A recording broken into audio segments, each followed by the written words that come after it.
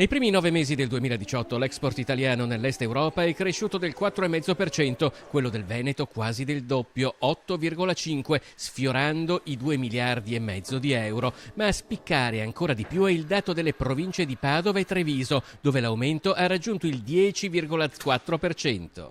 Come si spiega questo boom del Veneto e in particolare di Padova e di Treviso?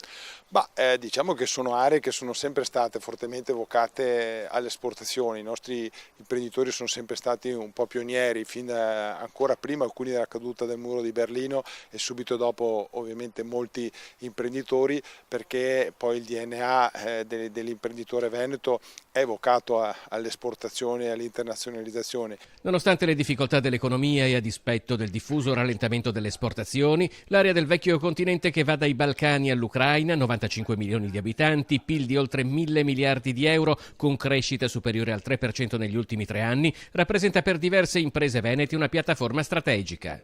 Ci sono paesi in cui abbiamo visto anche dagli dati di oggi il tessile, il calzaturiero la fa da padrone, altre aree in cui c'è una fortissima presenza del metalmeccanico. Quello che è interessante è che in questi paesi, oltre ai settori tradizionali, si stanno aprendo anche nuovi settori come quello delle energie rinnovabili, come quello del turismo, come quello dei servizi. Le proiezioni di Confindustria sono per un ulteriore aumento di un rapporto commerciale che tra il 2008 e il 2017 è già cresciuto del 18,5%, passando da 5 ad oltre 6 miliardi di euro, un rapporto che in origine era vissuto anche di una contestata delocalizzazione che oggi non appare più possibile. Ci sono alcune aree in cui anche lì la manodopera ormai non si trova più e delocalizzano anche loro o vanno alla ricerca di altre fonti produttive.